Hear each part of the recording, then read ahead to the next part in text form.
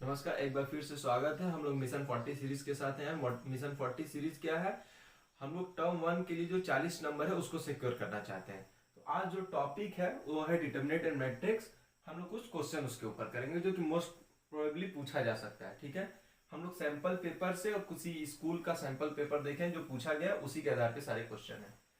Question number one देखो, जो पूछ रहा है वो ए आई जे फॉर्म पूछ रहा है। मतलब कि ए आई जे रियली में होता क्या है, वो जानना चाहता है कि ए आई जे का मतलब रियली में समझते हो कि नहीं। जैसे मैं बोल दूं A12, इसका मतलब क्या है?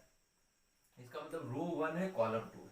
ठीक है, इसके हिसाब से पहला क्वेश्चन देखो यार, बोल रहा है ए आई जे कब वन, जब where I not equal to zero. Order क्या है? 2x2। तो मतलब ये चार है। आई जे बराबर कब होंगे? A11 A22। बस वहां पे क्या बोल रहा है? जीरो रख दो। ठीक है, और क्या बोल रहा है? बाकी जगह पे वन रख दो, तो दो ही जगह बचा। वो ये नहीं पूछ रहा है, ये इसका स्क्वायर पूछ रहा है, मतलब इसका मल्टीप्लाई। मल्टीप्लाई कर देते हैं, क्या होगा? 2x2 है तो मल्टीप्लीकेशन में भी कोई दिक्कत। इससे रो कॉलम कर देते हैं, 0 0 1, यहाँ पे 1 हो गया। फिर इससे 0 0 0। ठीक है, फिर इससे करेंगे तो क्या हो जाएगा?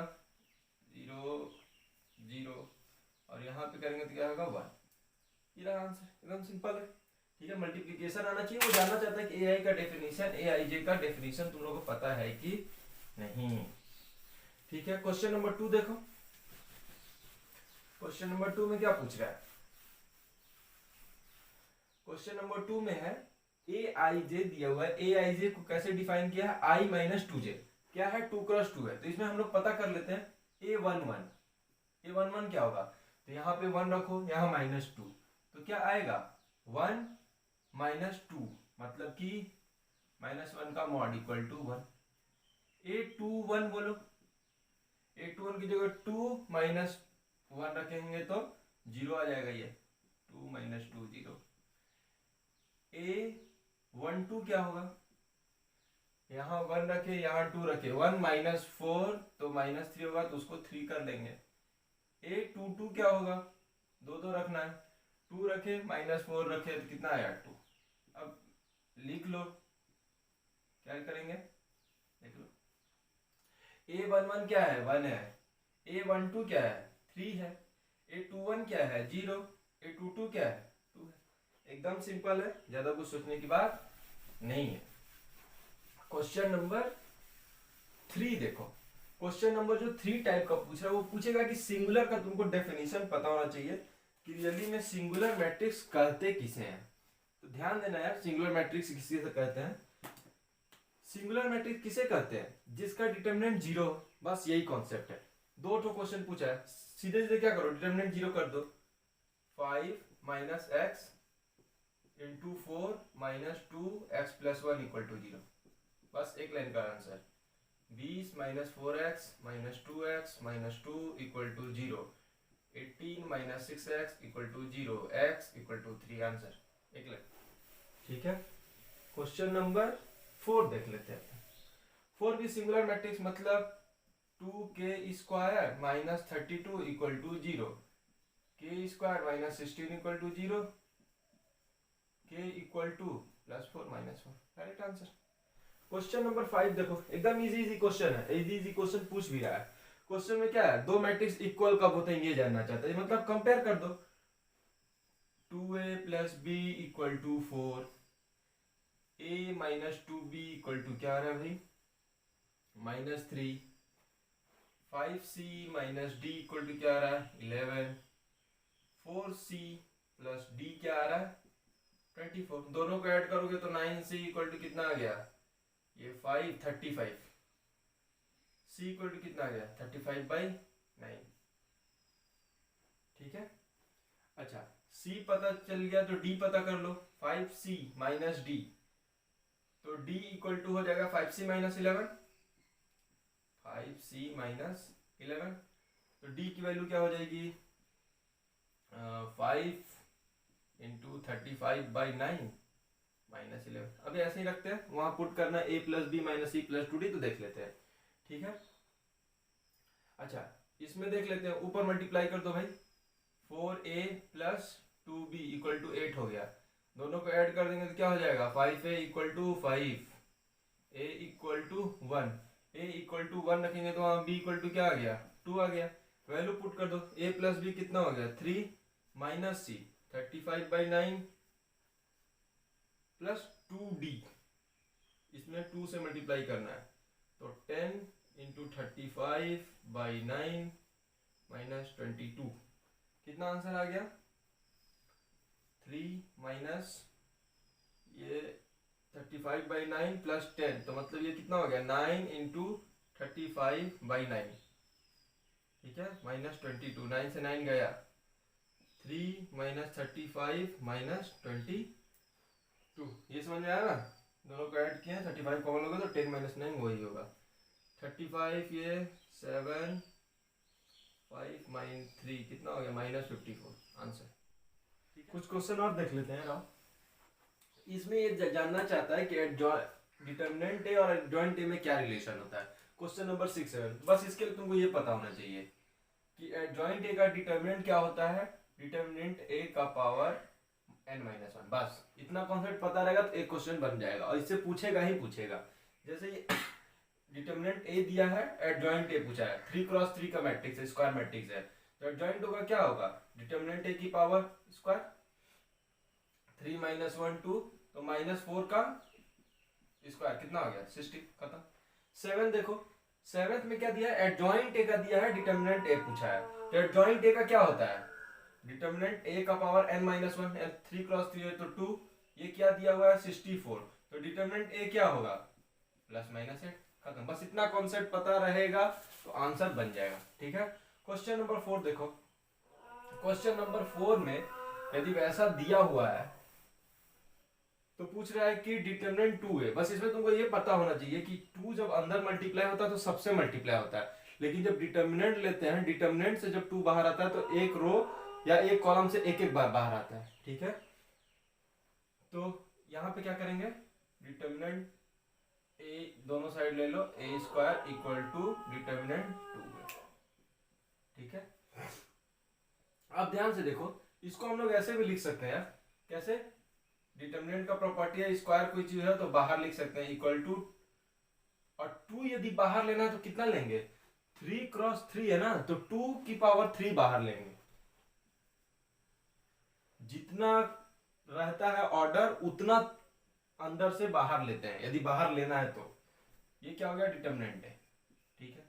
अब ध्यान से देखो, एक इसका आंसर क्या हो सकता है, इधर लेके आओ सबको, डिटर्मिनेंट ए का square minus A determinant A equal to 0, determinant A common आ गया, एक में आ गया determinant A minus 8 equal to 0, दो आंसर हो सकता है डिटर्मिनेंट ए इक्वल टू 0, लेकिन ध्यान से देखो ऊपर मेंशन कर दिया है कि नॉन सिंगुलर मैट्रिक्स है, मतलब ये 0 नहीं हो सकता, मतलब यही 0 होगा, तो डिटर्मिनेंट ए इक्वल टू क्या हो गया 8 हो गया, सिंपल है। क्वेश्चन नंबर 9 देखो, 9 टाइप कैसे पूछता है कि ए दिया हुआ है, एडजॉइंट टी बताना है, एडजॉइंट टी 2 का एकदम सिंपल होता है, याद कर सकते हो कैसे, अभी मैं बताता हूँ, 9 10 उसी पे बेस्ड है। क्या है देखो, इसका यदि एडजॉइंट निकालना है कुछ मत करो, 2x2 के लिए सिर्फ है, 3x3 के लिए नहीं, इसको चेंज कर दो 7,2, और इसमें जो भी है उसमें माइनस का साइन दे दो 11/-5, एक लाइन में आंसर। लेकिन इसका ट्रांसपोज लेना है, क्या हो गया 7 11 -5 2, आंसर बोलो। क्वेश्चन नंबर 10, इसमें क्या है तुमको ये जानना होगा कि ए इनवर्स क्या होता है, एडजॉइंट ए बाई डिटर्मिनेंट है, सिंपल है। इसका एडजॉइंट तो तुरंत निकाल सकते हैं एक लाइन में, कैसे देखो, इसका एडजॉइंट क्या होगा 2 3, इसमें क्या लगा देते हैं माइनस साइन, -1 सिंपल। क्या करना है अभी, इसका डिटर्मिनेंट से डिवाइड करते हैं, डिटर्मिनेंट कितना है 6 -1 5, क्या बोला है 14 चाहिए, 14 से मल्टीप्लाई कर दो, देख लो इसका आंसर, 14 से अंदर मल्टीप्लाई करो और 5 से क्या करना होगा डिवाइड, 28/5 -14/5, ये -14/5 और 42/5।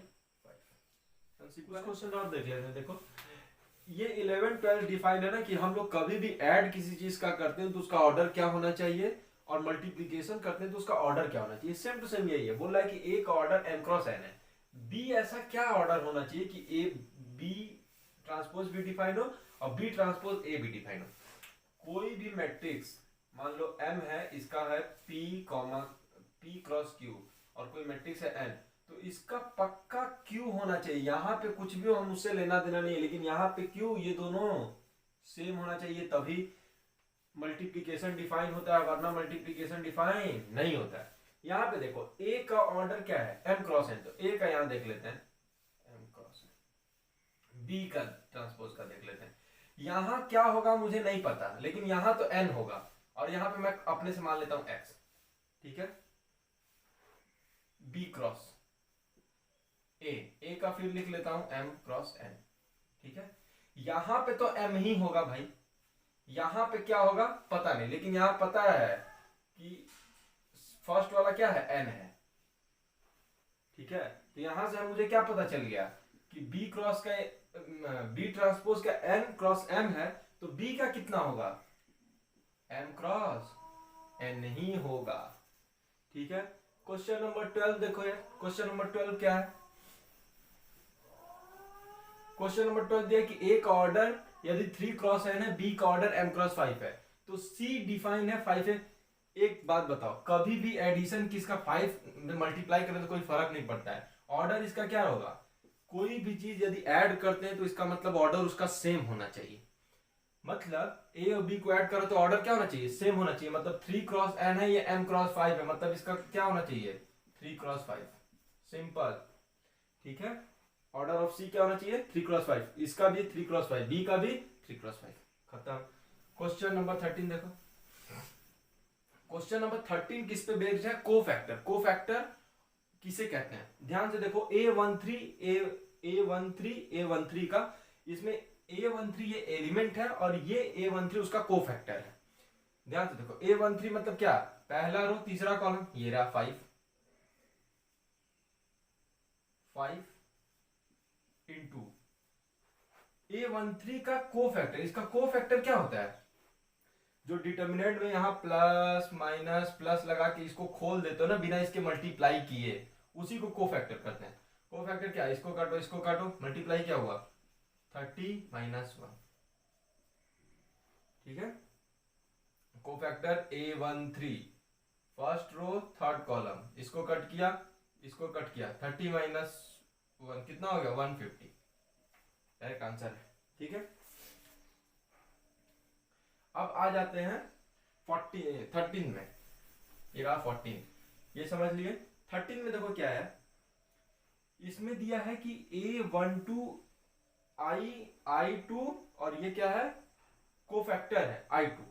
ध्यान से देखो कोई भी डिटर्मिनेंट जब हम लोग खोलते हैं, मान लो कोई भी हो A11 A12 A13 A21 A22 A23 A31 A32 A33, क्या करते हैं A11 मल्टीप्लाई, उसके बाद क्या होता है इसका कोफैक्टर,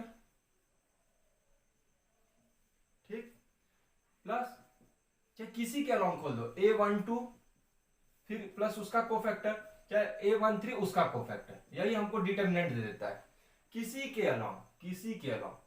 इसमें ध्यान देखो A कहां से, इसको खोलो तो क्या आएगा A12 plus A22 plus A32 into A32। ये देखो क्या है, फर्स्ट रो के अलॉन्ग इसको क्या किया, फर्स्ट कॉलम के अलॉन्ग खोल दिया है, इसका मतलब इसको क्या दे देगा, डायरेक्ट क्या दे देगा डिटर्मिनेंट की वैल्यू देगा, मतलब ये रियली में क्या दे रहा है डिटर्मिनेंट ही तो दे रहा है -7 आंसर, ठीक है। एक क्वेश्चन और देख लेते हैं, ध्यान से देखो कैसे पता करेगा, ये मल्टीप्लिकेशन पे बेस्ड है ना, ठीक है। क्वेश्चन ये है, ऑप्शन देखो ध्यान से, A इनवर्स B की बात कर रहा है, A inverse A equal to B, sorry यहाँ पे A inverse equal to 6B, B inverse equal to B inverse, अधिकतर इसमें क्या बात कर रहा है, ध्यान से देखो, ए इनवर्स से इसमें इसमें इसमें मल्टीप्लाई कर देते हैं तो क्या मिल जाएगा, आई इक्वल टू बी ए, ठीक है, चाहे आगे मल्टीप्लाई करो तो इक्वल टू ए बी, इसमें क्या हो जाएगा, आई इक्वल टू 6ab, लास्ट वाले में क्या होगा, I equal to A B by 6। इसमें हम लोग देख क्या रहे हैं यार कि इसमें क्या कर रहा है, तीन ऑप्शन हम लोग का ए बी पे बेस्ड है, तो हम लोग पहले पता कर लेते हैं कि ए बी रियली में आ क्या रहा है, उसके बाद हम लोग देखते हैं कि क्या होने वाला है। ए बी मल्टीप्लाई करो, देखते हैं, इसको मल्टीप्लाई करते हैं, इसको कितना आएगा, 1 इंटू 2, 2 प्लस 4, ये क्या हो गया, इंटू 0, ये हो गया 6, ये इससे मल्टीप्लाई करते हैं तो 1 इंटू 2 माइनस 1 इंटू 2, फिर वो तो 0 ही है, ये भी क्या हो गया 0, इसको अब इससे मल्टीप्लाई करते हैं, -4 प्लस 4 प्लस 0, कितना आ गया 0, इसको मल्टीप्लाई करो इससे, क्या आया 4 माइनस 12 प्लस 8, क्या आ रहा है 0, इसको मल्टीप्लाई करो इससे, कितना आ रहा है 4 प्लस 6 माइनस 4, कितना आ रहा है 6, इसको करोगे ये मिलेगा, करके देख लो, ठीक है, मल्टीप्लाई, ध्यान से देखो 6 बाहर ले ले, क्या किए हैं ए बी,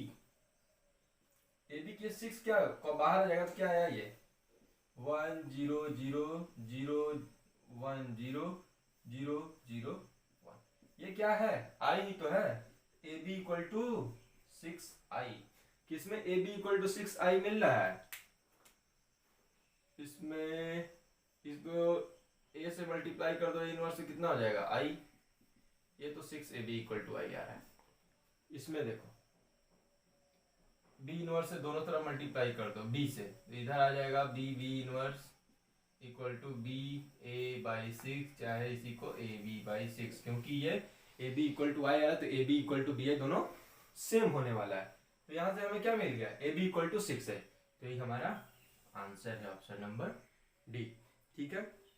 आशा करते हैं तुम लोग को ये सीरीज पसंद आ रही होगी, बोर्ड में अच्छे से स्कोर करो, और हम लोग का टारगेट है मिशन 40, मतलब 40 में 40 स्कोर करना है। आगे अगले लेक्चर में किसी और टॉपिक के साथ आपके पास आएंगे, तब तक के लिए थैंक यू, लाइक करो, शेयर करो, सब्सक्राइब करो।